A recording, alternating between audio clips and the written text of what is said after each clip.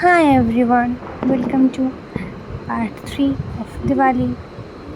এটা হলো দিওয়ালি পার্ট 3। সবাই আবারও জানাই শুভ দীপাবলি। তো এখানে মা তুলসী বেদির সামনে কেক কইরা প্রদীপ জ্বালা দিতে আসলো। আমিও 3টা জ্বালাই দিয়েছিলাম। তোমার বাকিটি জ্বালা দিতে আসলো। 7টা নাকি দিতে লাগে, মানে বেজোর দিতে লাগে, অড নাম্বার। তো এখানে মা এক এক করে সবটি জ্বালা দিতে আসলো, ভিডিও করতে আসলাম।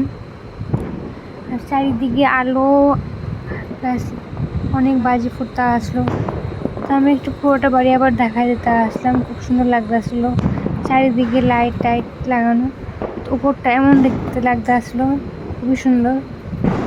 এরপরে একটু রেডি হয়ে যেতে আসলাম, কারণ আমার পাশের বাড়িতে আসলো কালী পুজো।